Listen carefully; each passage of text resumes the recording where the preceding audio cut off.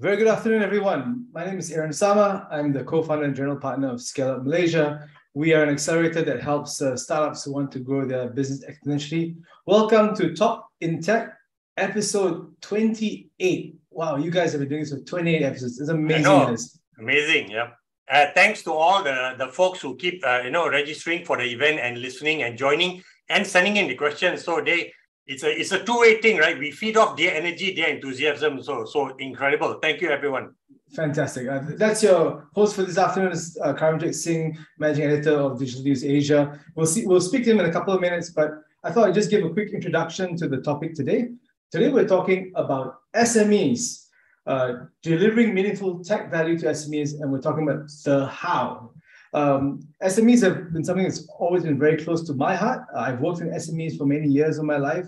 And over the last couple of years, especially, I've spent my time championing SMEs in the form of startups, helping them get funded, helping them grow. And I've also, especially in the pandemic, spoken a lot about the need for digital innovation within SMEs.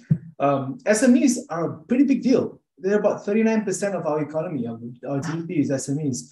And 48% of all employees are employed by an SME. So, you throw a stone out of every 10 people, 5 of them work for an SME. So it's really important, like economic group of companies within the economy. And it's really important that we help them, bring them into the next age, right?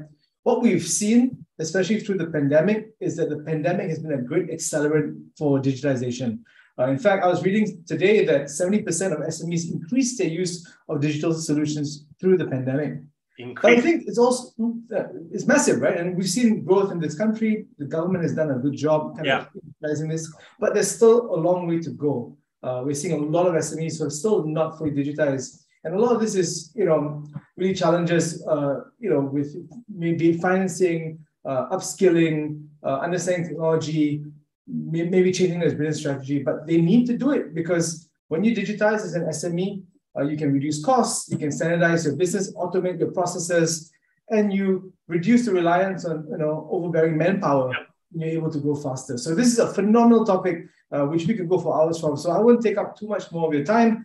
I'll hand the time over to Karamjit Singh and the amazing panel for you that you have today. Thank you guys for joining us today. Let's sit back and enjoy the next hour or so with you. Karam, over to you, sir. Awesome, man. Thanks a lot. So you're right. So all of you who are listening, please have your questions coming because, those who have listened to these editions of Top in Tech before, we answer your questions. It's not me shock asking them questions, which may be horrible questions. I only am going to ask them one question, and the questions that they're going to answer, those of you who have already RSVP'd and submitted your questions beforehand, we will also be taking live questions. So not to worry about that, right? Very important to us. Now, this is also a very important topic, which is why also we raised the bar with this topic, right? Look at our title itself, right? Delivering meaningful value to SMEs, right? The how. We don't want them, the panelists were told not to come and read a McKinsey report, the Boston Consulting Group, right? Or even Innovation Associates, maybe, right? Consulting, they are a subsidiary of DNeX, which is the big, more well-known organization that they are under, but they may produce a report also. So don't want them to come and quote those reports. We want them to talk about their actual experience, right? Engaging, touching, touching and arguing with SMEs about how you can, engage and adopt technology meaningfully. Very important. So we're going to get started first, and all the panelists will have 3 minutes for the opening remarks. And we're going to start with Keng Teck first, and we're going to be following that with Nizam Mohamed, followed by Herman Faizal. So Keng Teck, can you join me on the screen? Now, I always end up saying on the stage, on the screen. Hi, everyone. Good afternoon, good evening. I'm Keng Teck over here. I'm the managing consultant for Bizsphere Brand and Marketing Group. We are a SME branding and business transformation specialist. We do a lot of strategic branding, and we help a lot of the SMEs in their capacity building and capability. Now, I was active in the IT environment during the multi-billion super corridors days, days that the Chari.com, Ketcha, Scully, all that. I was the head of the strategic marketing communication for Scully then. Then after that, I moved on to setting up Bizsphere in 2006. Have been very much passionate about it's just like Aaron, very passionate about the SME development. And because of that, then I joined the SME Association of Malaysia I was the former National Vice President of the SME Association Malaysia. And we do engage a lot with SMEs, a lot of stories to be told, good and bad stories, how they work and so forth. And during the COVID lockdown, I'm extremely during that time because a lot of companies are unable to open for business, the transformation of the digital transformation and so forth. And right now, I'm the National Technical Committee for the MITI Industry Forward Readiness Assessment Program, whereby the Malaysian government is actually pushing forward for the Malaysian SME manufacturers to go forward to adopt the Industry 4.0. Yeah, so smart manufacturing is something very important for us to gain competitive, not only in Malaysia, but also to compete in the regional basis. Now, the thing is that there are approximately about 50,000 of the manufacturers in Malaysia, but very minimum of them have embarked into the Industry 4.0. So that's why there's a lot of activities, a lot of roadshow, and I just completed one in Malacca. I'm still in Malacca right now to promote Industry 4.0 to everyone. So on the other hand, I have started off also one collaborative program initiative, namely Smart Forward, Smart with the numerical 4, WRD, to push forward the Industry 4.0 adoption. So we have the website that have the how do you start your journey, what are the pain points. There are forums and there are YouTube that sharing in terms of how does the other SMEs have actually embarked into their experience in embarking into Industry 4.0. About today's topic is really, really interesting, delivering meaningful tech value. Right. Okay, I just wanted to mention one thing. Okay, in my personal opinion, tech is not meaningful to SMEs. In my opinion, a lot of people will not be agree, but I would say that tech is not meaningful to SMEs. Business growth is, okay? So you don't just sell technology to SMEs, you sell the business potential to them. So I will end it over here first. Later on, I'll let Karam to grill me, then we'll share more. Thank you, Karam.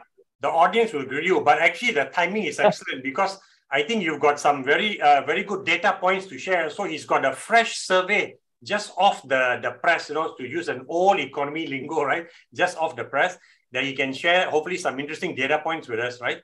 But now let's bring on, now I think some of you may be wondering, hey, why is you are an entrepreneur, Keng, and now we've got a government agency guy, right, joining this this panel.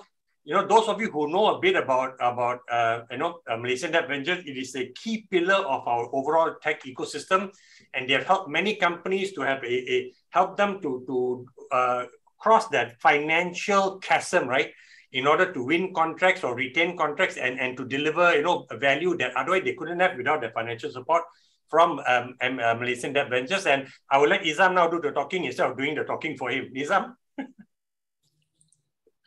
Thank you again. I know you had a look at my script and basically took away all my open statement. Thanks again, Aaron, Karam, for having us here. And thank you also the team at Malaysia Kini Dinex for having me on board.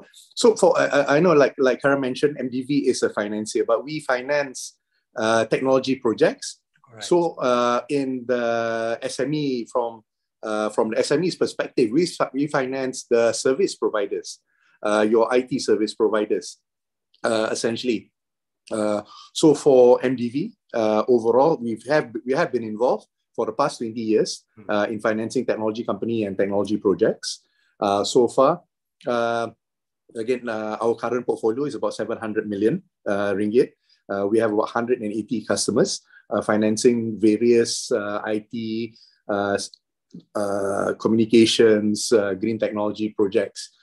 So, I mean, some of the numbers here, but the other exciting part of our business is startups. So if I can, if I can go on to the next slide. So for MDV, the first part of our business, project financing, we finance ICT projects. This can include e-government, some of the e-government projects. So I guess this is where some of the projects by some of the larger MNCs, so these are some of the experiences in financing these projects and talking to the ultimate counterparty, the contract provider, the service provider, perhaps I can share some valuable insights.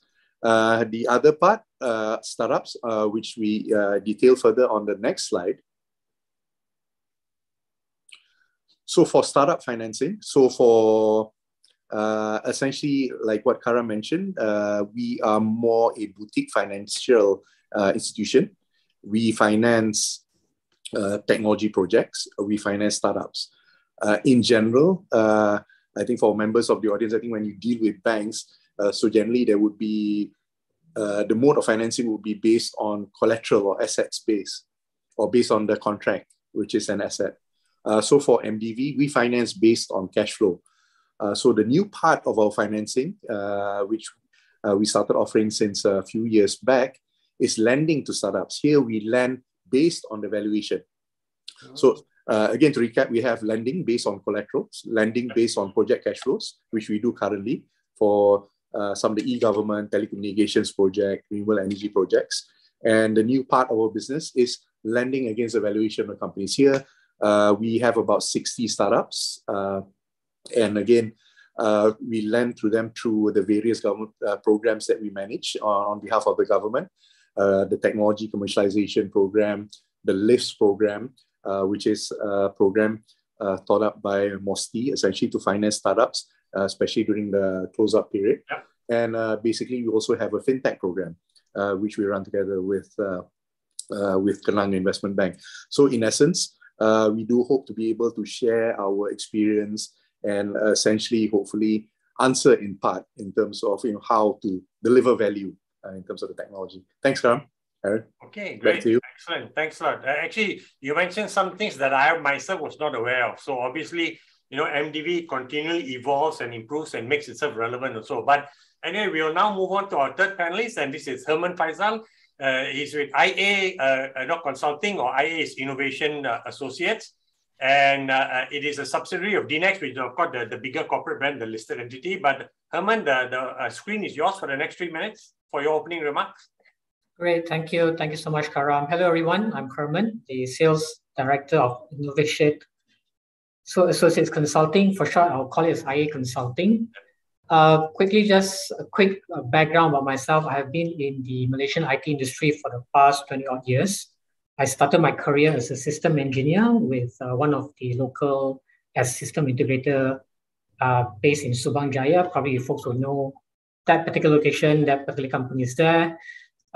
From doing technology, what I've done was I moved to channel management, and in early or the late year 2000, I start to transition myself into sales, right? So prior to joining IAC in 2021, I was the sales manager with NeXchange Berhad. I did account management with a consulting firm called Cognizant. I was also a senior manager in business development with Sapura Technologies, Secure Technologies. So a little bit talking about innovation or IA Consulting. As what Kara mentioned earlier, IA Consulting is a subsidiary of DNeX, right? IA Consulting, in fact, has already been in the market since year 2003, right? So over the years, or how the company has started, we were very much a leading managing consulting as well as system integrator in Malaysia, right?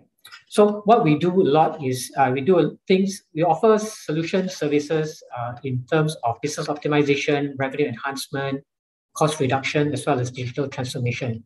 Now, we do a lot of work in ERP, specifically in SAP. Other than ERP, we also offer cloud services, low-code software development platform, of course, consulting and business process re-engineering services. Now, speaking about our parent company, DNeX, as you know, DNeX has been in the market for a lot of years, right? They started out as Time Engineering back in those days.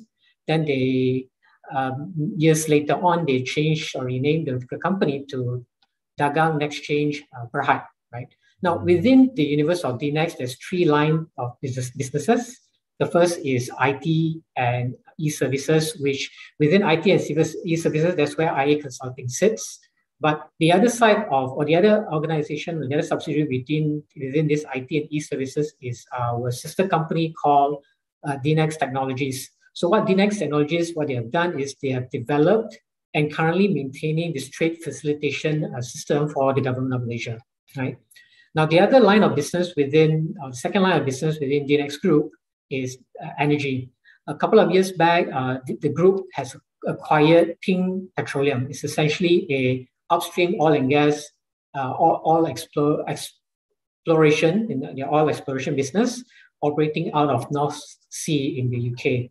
Now, locally, OGPC also, DNX, there's other group, Energy, also have representation in Malaysia in the form of OGPC. They are a maintenance provider for oil and gas upstream businesses. And finally, the third line of business is in our technology. Last year, DNX Group acquired Silterra, which we all know as the one of the major player in semiconductor manufacturer. They're based out of Kulim, up north. So collectively as a group, being in various industry and the years of business that all subsidiaries have been in, IAC, we are able to bring in the flavor and expertise across various industries, right?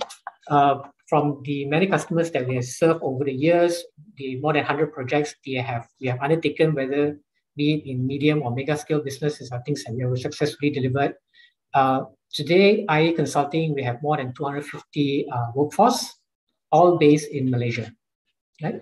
So that's pretty much a bit of a quick introduction about myself, about IA Consulting, as well as our group, DNX. I think you should have mentioned that you, over the last 5 years, you all have 350 million in revenue, and that is significant. It means that the market sees value in the services you offer. So it'll be good to hear your perspective when you take some of these questions. But now let's get everyone on the same on the screen with me now. And I'm only going to ask one question, which is the same question to all of you, and that's the reason why we're gathered here, which is, and I'm going to start with Keng Teck, which is, right, how, in your experience, right, what do you feel has been the key when a technology company like Nizam was saying, a vendor, right, has been able to deliver meaningful value to an SME?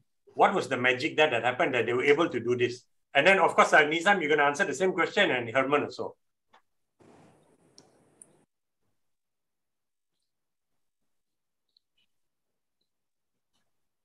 You're still, okay. Yeah, okay, sorry. Well, in my opinion, delivering the meaningful tech value over here is that I would look at it from the SME perspective rather than the services perspective. Oh yeah, of course. Customer point of view, yes. Yeah, customer point of view. So I would like to share what happened or what's in the mind of the SMEs, or how have they been fitting the technology usage. Now, I have 5 points over here. Now, number one is that most SMEs are taking a wrong approach towards technology. Many of them just take technology as just a tool rather than as a business strategy. Because technology is an enabler, but many SMEs just do not know how to use it. At the end, they are just solving their current issues, their staff issues, but they are not building their business using or capitalizing or leveraging on the technology. That's number one. Number two is that there are a lot of this digital transformation process that fail among the SMEs. Oh, okay. The key reason is not so much of the technology itself. The key reason is the buy-in. The buy-in from team members and the buy-in from the management. Okay, now this morning I just had one question coming from the audience. I was promoting the Industry 4.0, sure.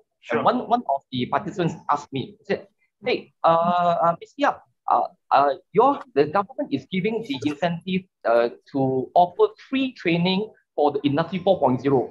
But the thing is that my factory, I do not have enough staff to work, and I get my staff out to training, then no one is going to operate."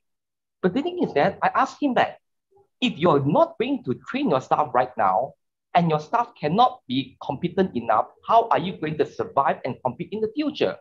When is it the time that is ready for you to do the transformation? There's no right time to do it. The only time is now. So for a lot of the SMEs, they still have the mindset that they do not want to let go and just wanted to protect what they are doing right now. So that's the point number two. And point number three is that in terms of technology value, I would like to differentiate in these two things. Most SMEs see it in these two ways. Number one is that tech to support the sales and marketing.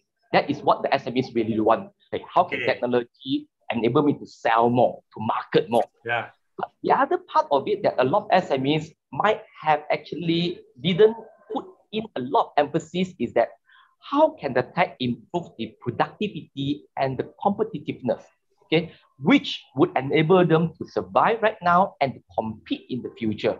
So a lot of SMEs were lacking on that because it's not an urgency. Sales is what they look for. So that's the point number 3.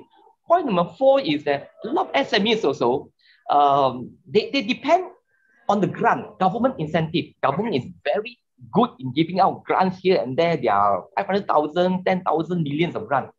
And the SMEs right now, they are so dependent on it that, hey, got government grant, let's apply.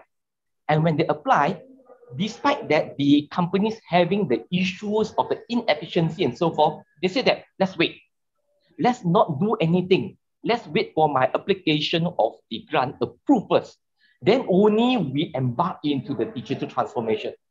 But the thing is that when you wait for the grant, your business cannot survive and cannot compete anymore. So a lot of times, a lot of the companies, they're not aware that the government incentive can help you to digitalize, but it can also kill your business.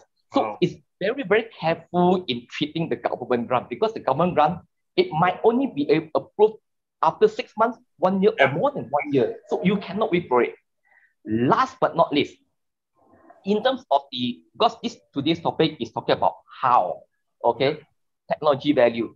I always want to tackle this into the 4 key areas. Number 1 is financial capability. Now, a lot of the companies says that I do not have enough fund to invest, which is quite wrong. There are a lot of affordable technology out there. Later on, if I have an opportunity, I can share one survey that show you all in terms of industry 4.0. Second one is the people readiness. Okay. Third is the process optimization, and the last is the technology as an enabler. Maybe we can share a survey, a very short one, a survey that we have found out during last year in October. Dinah, can you share the survey, please? Last October, it was done. Okay. Yeah. So last October, this collaborative group, which is called Smart Forward, we have done a survey to over 170 SME manufacturers.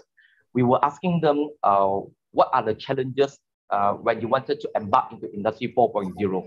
Okay. So when we asked them, so there are 4 reasons that they have given why aren't they actually going into the 4.0.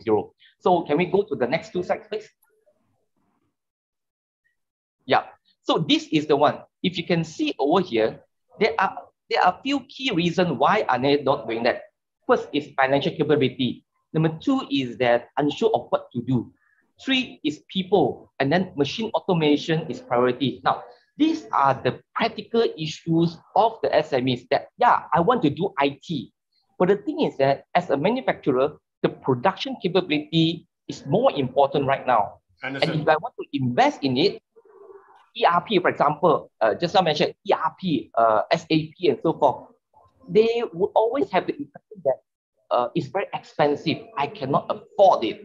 Okay. And even if I can afford it, I don't know how to use it. How to use it? Yeah. That are the very practical things. And can we go to the next slide, please?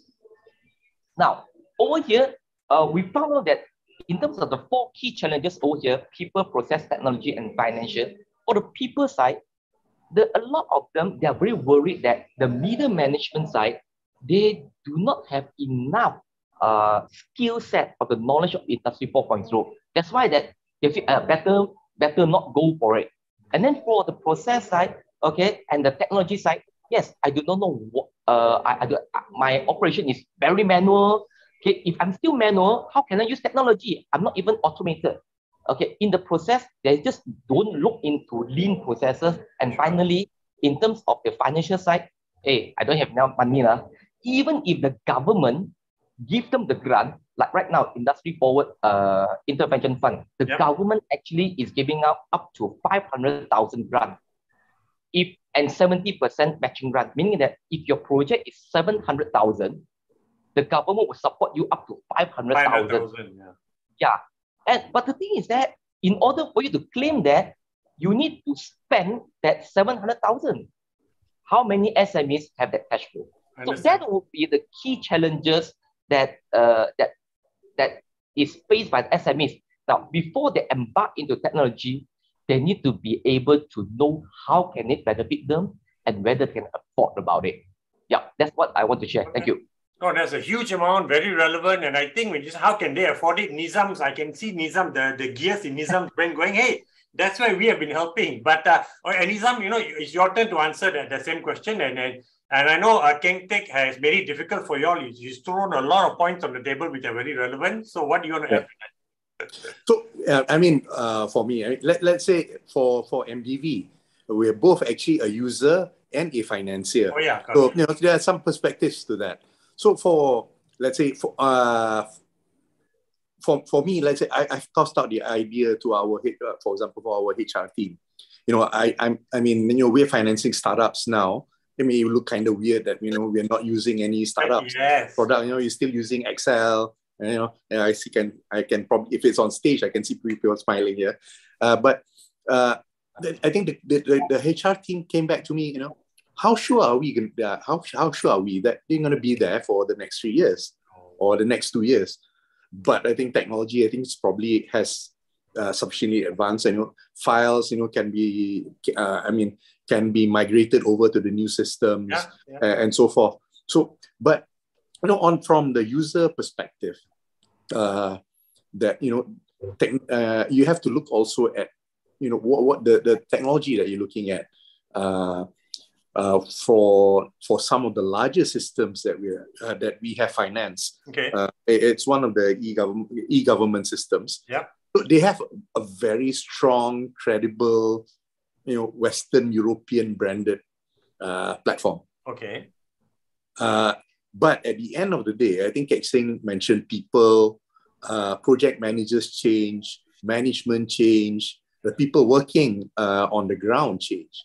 So at the end of the day, thankfully, the system was fully implemented. Oh, okay. And they managed to settle their loan. But at the end of the day, 80%, the system required 80% customization. Wow. So essentially, that's an entirely new system. Yeah. So, again, I think when you embark, especially on a large, complex, this is a really complex system. You really need to know the clear objectives. I think from what we've seen from my customer's perspective, either the project management team is perhaps intimidated by the customer, variation orders keep coming in, so essentially what you end up with may be entirely different. I passed Karamjit. You don't have to show that cartoon in terms of the various expectations of all the stakeholders involved.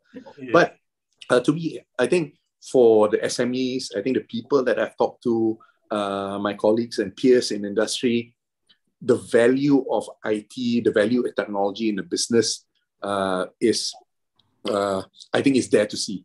For MDV, we could not have survived. Our customers could not have survived during the 2-year lockup period. We used a cloud-based storage system.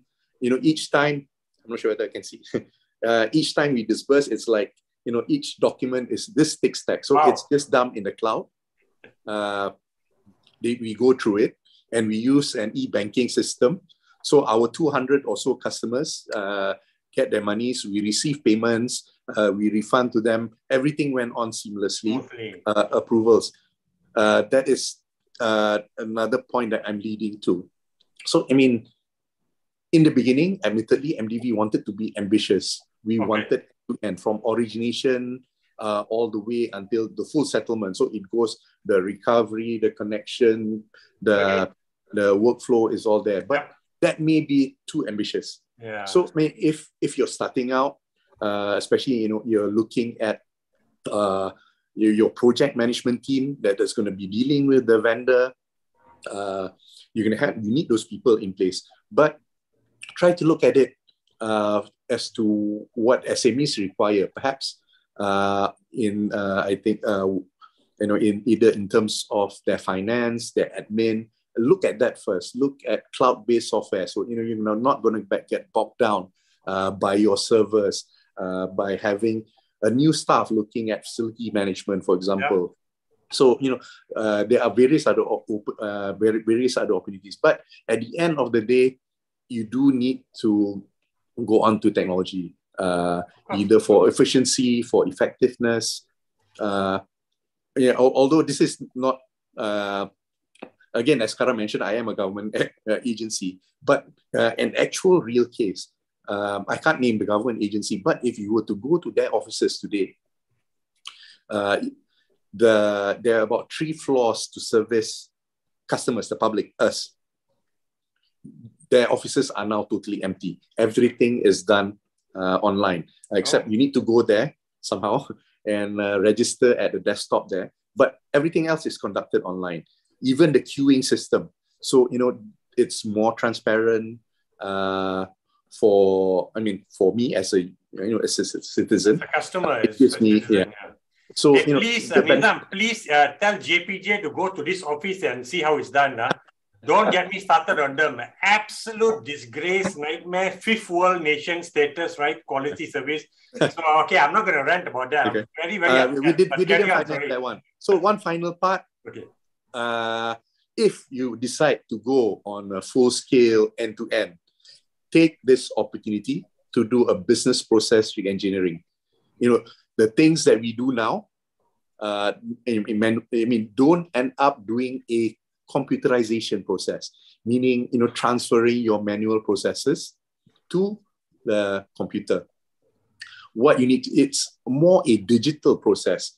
Do the business process engineering, see where you can shorten, see where you can make it faster, quicker, then plan and work out. But once you have planned, agree on it and try not to change your mind every few months. Understood. Okay. Okay. No. Thanks a lot, Nizam. So we'll go to Herman.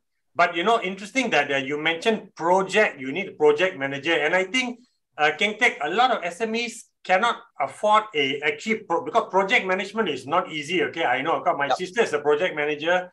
Not easy to do that well. Not easy to do it well, and you need to do it well. So I worry that a lot of times SMEs.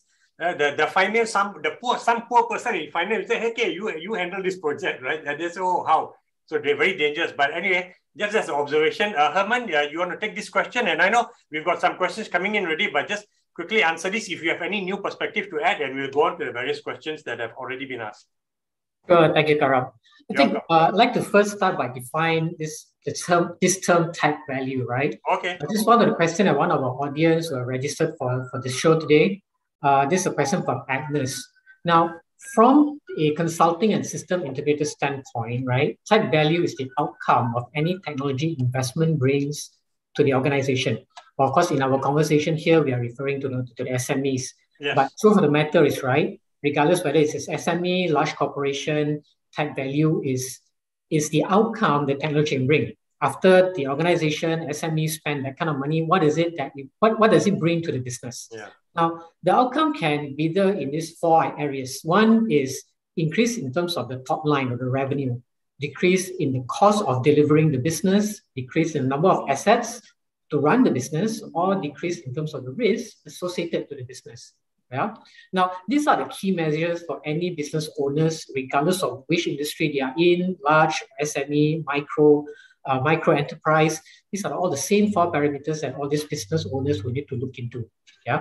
So probably the challenge coming from an ISI perspective, right, what's the challenge? How do we find out, or how do we uncover this type value that we want to deliver to this organization, to the SMEs? Now, I'd like to take an example. Right? Let's look at a makcik selling karipap by the side of the road, right? Let's look into her universe. Her universe, number one, of course, there's 2 parts of it. First is on the supplier side. She will need to, like, every morning go and source for the freshest ingredients, the rice, the santan, anchovies, cucumbers, chilies, for her to make this particular karipap. Yeah. Then at the same time, she also needs to decide where will be the best place for her to set up a store.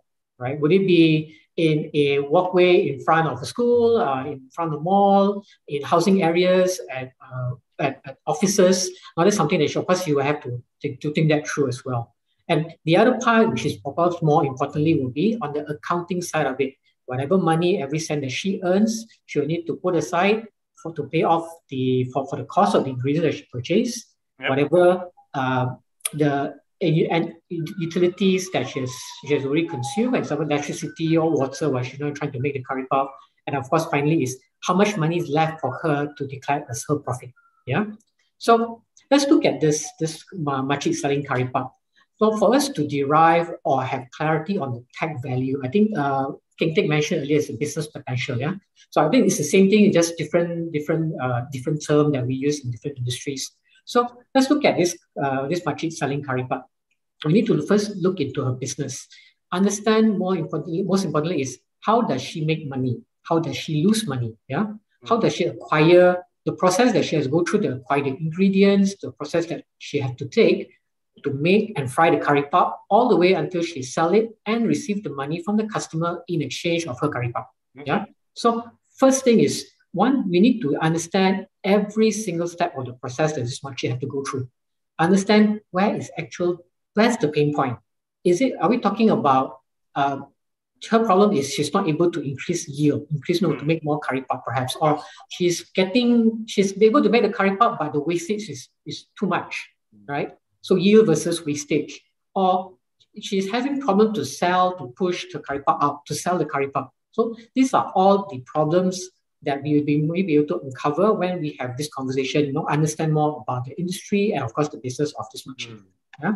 So these are the two things that we find that works for us, from my consulting perspective, works for us when we try to deliver tech value.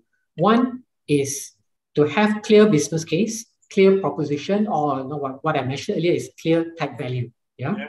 So the outcome, what we want to achieve for the SME, for any organization, it has to be really clear and really explicit. We cannot have vague proposition that leads to interpretation, assumption.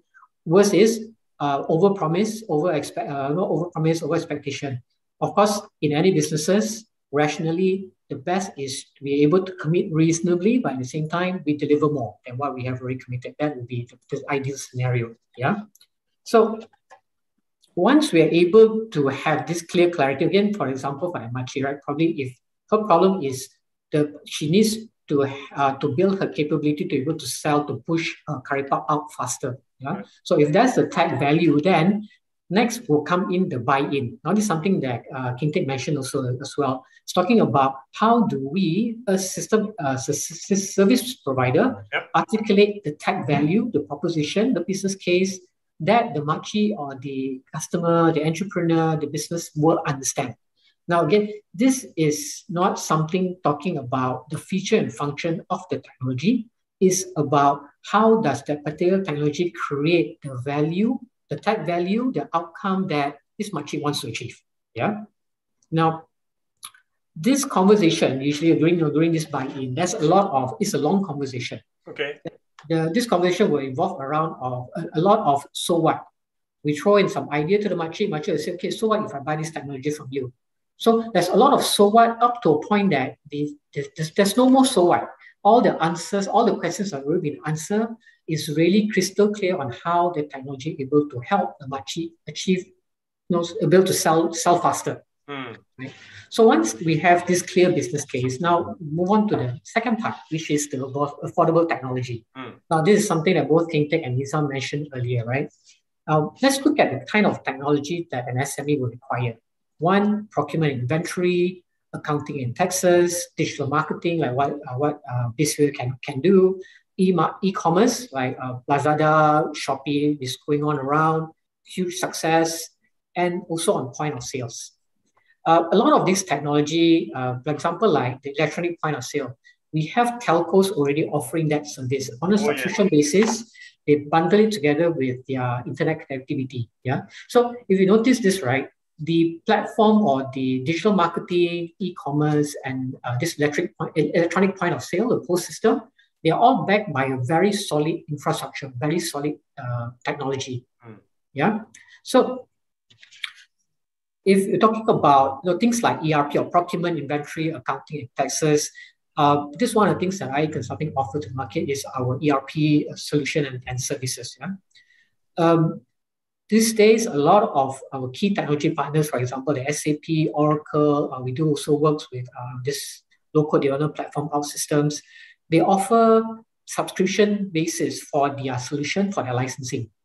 Then they also allow partners like IAC or many service provider out there, this partner managed environment, to help drive the cost, the acquisition cost down. Now, couple this with the availability of cloud computing, something like what Nizam mentioned earlier, and the service provider's ability to provide it through a shared service. Service providers, like IAC, many others out there, are able to offer affordable ERP solutions built on solid and proven platform. I think a lot of SMEs may get scared though when they hear names like Oracle, right, SAP. They say, hey, go to the big guys. So although now with the cloud, the price points have come down, but that's obviously going to be a key challenge for you. But do you want to wrap up anything so I can move on to some? I know Keng is, Keng is very eager to answer the money issue, right? The financial cost is challenge. You want to just anything concluding remarks here from you, Herman? No, I'm good. I've covered all my points. Okay. So look, there are a number of people that have asked this question even when they RSVP'd, and even now there's a question from I think Herman Liao. So I'll leave it to you, Keng, right? What people seem to think that there's money, right? Budget is a key consideration to adopt digitalization. How will you answer this question from a few of them? Yep. Basically, the questions from the audience over here is that the financial cost is a key barrier, and how can you effectively get the SMEs to adopt? Now, this issue, frankly, I would say that financial cost is a false impression that the SMEs have that they cannot afford. False impression. Okay, interesting. False impression, because the thing is that, like what Herman and Nizam mentioned, right now technology is very much affordable. We have the software as a service, whereby you just pay every month and so forth. You do not need to own it. And there are so many service providers that can offer, like for example, a simple project management among your staff to manage a certain account. 1 year is only a few hundred ringgit. For you to adopt that so that you can save your time managing your staff, managing your project, it's only a few hundred. 1 meal, sometimes you go with the staff, it's already gone. So why SME is complaining that they do not have enough fund to actually adopt technology? That is false impression. Okay, what we need to do is that to identify what are the critical pinpoints that we have, focus on it. And what I always say is that for SMEs, if you want to be successful in digital transformation, you have to have this concept of short-term wins, long-term potential. SME, if the first project, you make it too big and it's not successful, the bosses, the employee won't believe it anymore. And next time when you want to do the second, third time, you won't get the buy-in. But if you can have a small area that you can improve, SME, no matter with or without grant, government incentive or so forth, they will pick up from their own pocket and fund it because it really brings tangible benefit. So this is what the SME is supposed to do. Okay, great. So I'm glad that you brought that up. So I'm going to now bring in Nizam to talk about actually not finance, right? But this is from somebody, Tyrell, right? Sales director. And they're talking about how do SMEs overcome their challenges in Industry 4.0 adoption. So these are various, and I suspect what I'm going to share is overlaps with the survey that, Keng shared with us also. But do you want to take this question, Nizam? I'll try. But for essentially, I think, again, because when you're looking at adoption for the entire organization, that's again going to be ambitious, especially if you do need someone on your side, like I mentioned earlier, a project manager. I think one of the pitfalls that you should never do, I think like what Karamjit mentioned, hey bro, you're handling, in addition to handling the monthly closing of your accounts, you're going to look at this. Definite no. We've seen quite a number. You do need a dedicated team. But you'll try, the key part is, it looks good that, to do, all this fancy when you go into the boardroom, not necessarily MDV's boardroom, but, words like holistic, comprehensive comes out. Those are actually, mirage. It's never going to be comprehensive. It's never going to be holistic. You have to build on. Business needs is now. Yeah. So you need to address not necessarily the major points first, but look at it like I mentioned. Something if you're new, like for example for MBV, we wanted to have an end-to-end system. No go in terms of technology then. So what we're looking is separate CRM system, accounting system, a loan management system. But for us, we're looking at it where possible. It's going to be software as a service. The CRM system that we have is a software for service. It's based on the number of staff that you have per head. So that matches your cash flow. So I think we had a question earlier. Is it a cost? No, it's an investment, essentially. Well, accounting-wise, you're going to accrue it, but for for when you're starting out, rather than essentially when you're going for 4.0, we're looking at wholesale changes to your manufacturing system, to your supply chain. Look and make sure that your supporting systems is able to support. Your supply chain is able to support. For example, I think they fired a burger flipping robot because the robot was too efficient for the human packers at the end of the day. They had to fire really, the I robot. didn't know that, man. Actual story, I think somewhere on CNN. So, but again, it's you do need to look at. I mean, it's inevitable. You have to look at it. If it is too daunting, too challenging, look at it on a smaller scale. You can start with the finance or admin side. Get the team used to it. The challenge I have on my side, yes, we invested in this expensive CRM, but nobody seems to use it. They seem to think my team seems to think that they're being spoiled by watching NCIS, all those police shows. You just need a name. You type in the name, the whole CV comes out. Where they ate the dinner last night, where they are now, the car that they're driving is, everything's there. No, you still have to input those key things. It needs to be used. And the management team needs to rely on that system. Then you're not, if you're on an SME, you're in the senior management, if you invest in a system, make sure you yourself get reports based on it, make sure your team runs through, then you make sure it gets used. It gets used, they need to populate the data. So again, I'm not sure whether I've answered the question, but when you're looking at a large, full-blown system, be aware of the challenges before you embark. Costing aside, look at it as an investment, but make sure you look at the other parts of your supply chain that is able to support and your internal team. Okay. Thanks, Herman. No problem. So I think there's I'm going to go to Herman first, but after that, I think Keng Teck, there's a question about what assistance, right, can SMEs get also, because there's an issue around cost, and you already mentioned that. So before that though, Herman, there is, I know there's a broad question for you, which I don't want to ask, because what initiatives are IAC done? You guys have got so many customers, 200 over so much revenue, you could go on for a full day talking about the initiatives. But I guess because there is coming back to the topic of this panel, right, which is delivering meaningful value, and you already outlined how you try to do that also. Being a consultant, of course, you're very structured in how you approach the topic, the question also.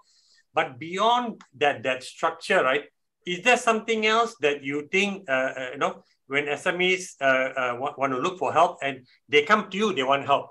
Is there something you look at also? Do you, like, sometimes I hear people saying you need to look for an internal champion, or sometimes they say you look for the person who's the most skeptical, but is somebody senior, right?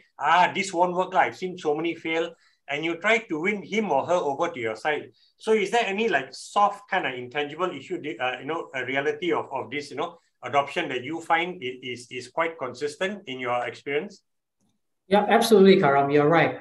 I think one of the challenge or one of the things that we do, right, whenever there's business solution, is something that I mentioned earlier, Keng Teck mentioned this earlier. The term here is buy-in. Yeah. So when this buying process, naturally we want to find a champion within the customer's environment, someone that one, truly believe there's a problem. They truly recognize it's a problem that as an organization, as a business, they have to fix it. Otherwise, it will have dire consequences to the business, to the operations, to their, to the sustainability, right? So it's always key to find this champion, because this is the one that will be, number one, will be our internal advocator, from the customer's environment. And this will also be the person that will help us influence and be the recommender of the solution and the vision that we are trying to create, trying to bring to the customer. So absolutely, I think it's true for every single business deal or every project. In fact, after the deal is won, even when we are trying to implement the project, we absolutely have to find the person that is aligned with the way we do our work, the way we deliver. Then it's easier for us as the service provider to set the expectation. And whenever the milestone is hit, both parties will have the same recognition that yes, this is done. And now something that Keng also mentioned earlier about this value realization, right? So as when we at the point of the pre-sales, or even after the deal is won, we are doing the project, the team will always need to identify, milestone that is achieved. Of course, milestone have to be achievable, no doubt, right?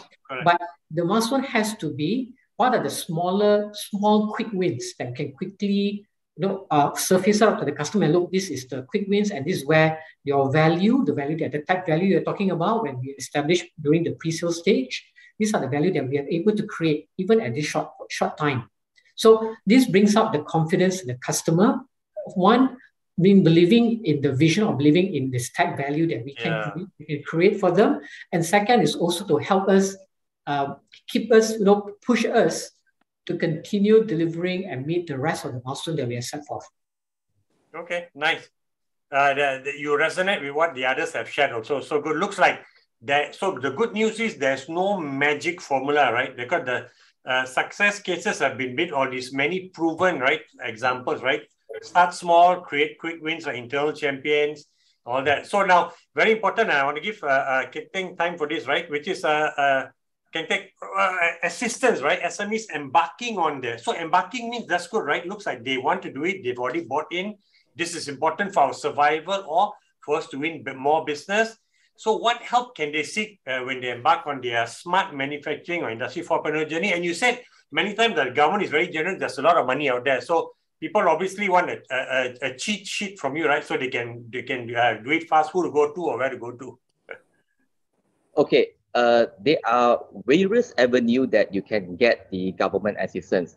Okay, I will name a few. Now, number one is that the government have launched the SME digitalization grant before, and it's still available. It's up to the 10,000 ringgit. 5,000.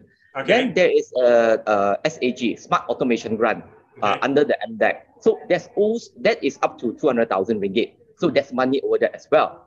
Okay. Then after that, for those manufacturing companies who want to embark into Industry 4.0, as I mentioned, they have up to 500,000 ringgit. And the thing is that these are all the money, and also the training side. I mentioned 25,000 ringgit. If you do not know where to start, how to start the Industry 4.0 journey, the government fully subsidized 100% to get a professional body to assess where you are. And this all fully funded 100%. And after that, when you know where you are, they also give you up to 25,000 of the fund for you to send your staff to be trained, on Industry 4.0. So these are all available. And so these are grants. Then we also have all these MIDF. Just now, the MIDF was briefing the SMEs just now. There were more than 10 schemes for the SMEs, be it for your working capital, be it for the technology, IT, and so forth. The interest rate is just as low as 3 or 4%, fixed, reducing. So if you say that you need some funds, you need some assistance, there are a lot of ways. And right now, there are quite a number of the P2P crowdfunding companies that's willing to come in to lend their hand, because a lot of the commercial banks, they wouldn't be able to give or give a loan that is that do not have any assets that they can hold on, like IT. and so forth. Maybe, okay, if we can bring up one of the poll, I want to ask this question. I prepared this. When will I adopt digital transformation holistically? Okay, I want to ask all the audience.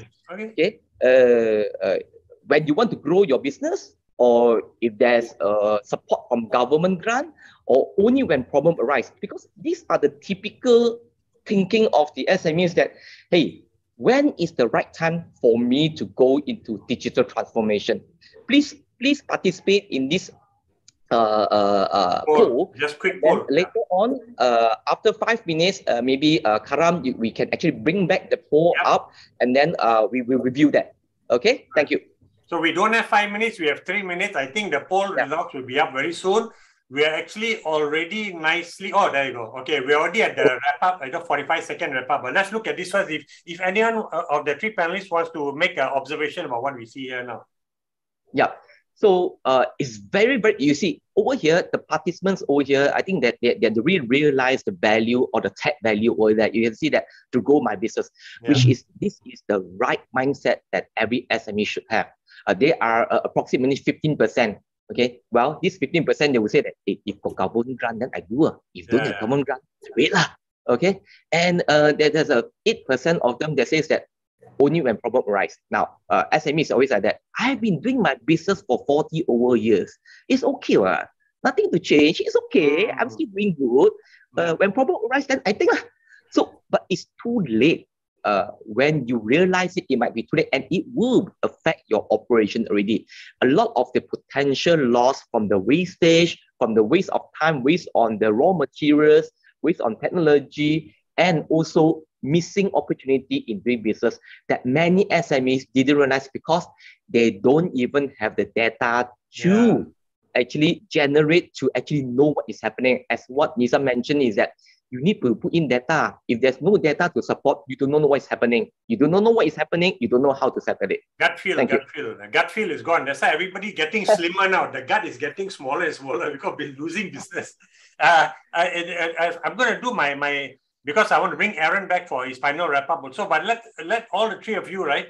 And we're going to have to end the thing now. I know there's some questions. Maybe some of you can just answer directly. And also, when the closing video is playing for all of you, please stay on. The panelists will answer your questions also if they haven't gotten to it now. Of course, which we cannot now. We're out of time. But quick final, 45 seconds, your key takeaway for each of you. And because Keng Teck, you just spoke, hold on. I'll start with Nizam first, then Herman, and then Keng Teck, up to you, right?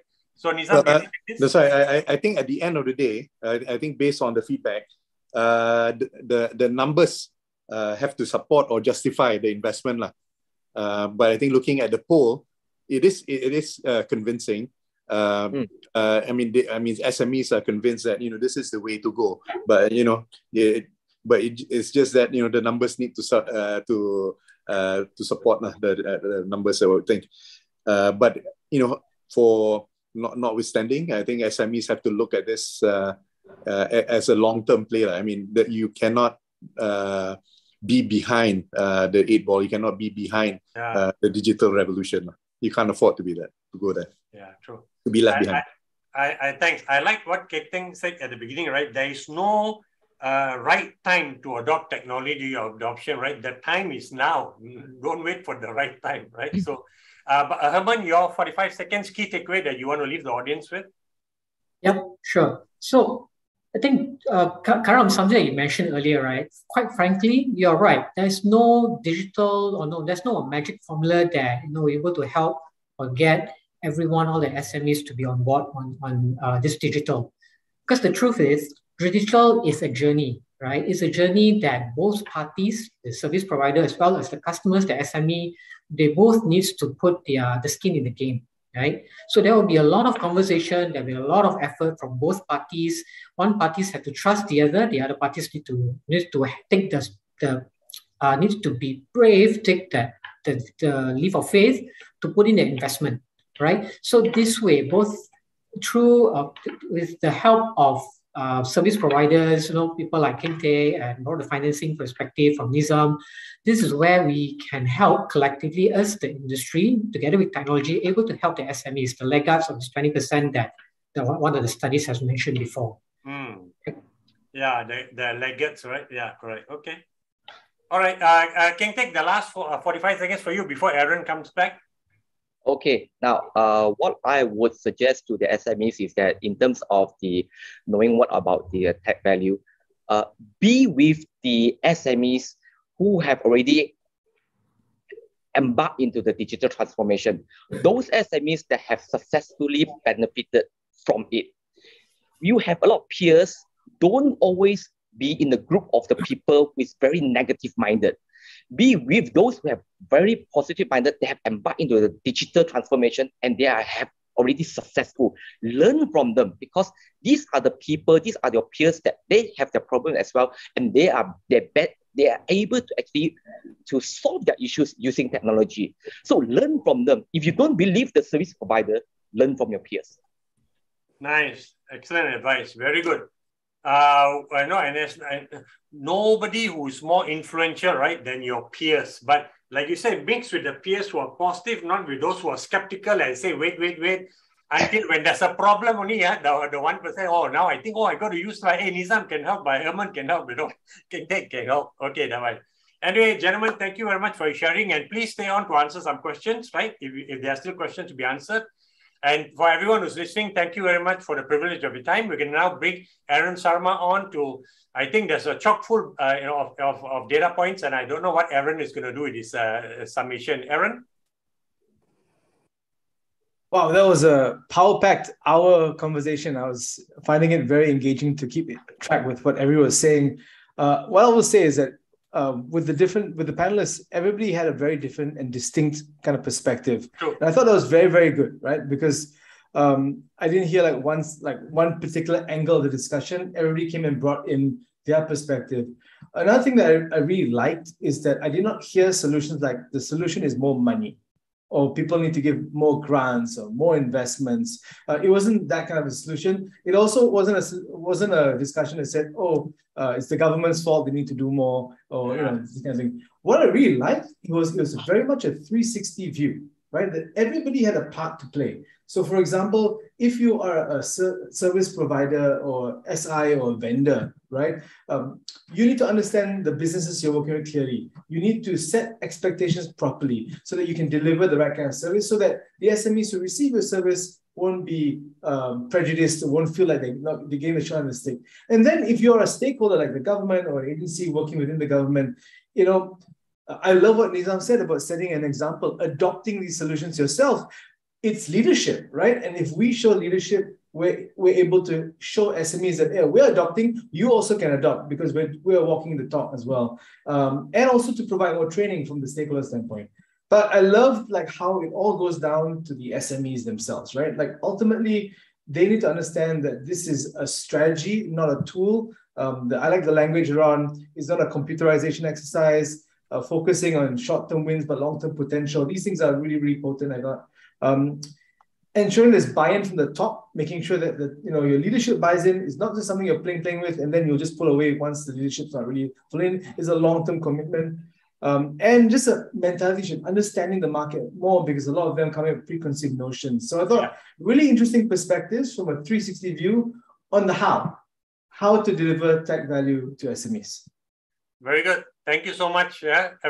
Fantastic recap, right? Aaron, thanks so much. And it shows how much sharing has been going on. Thank you very much to our three panelists. Again, I'm repeating myself. Thank you to the audience for staying on, for the privilege of your time.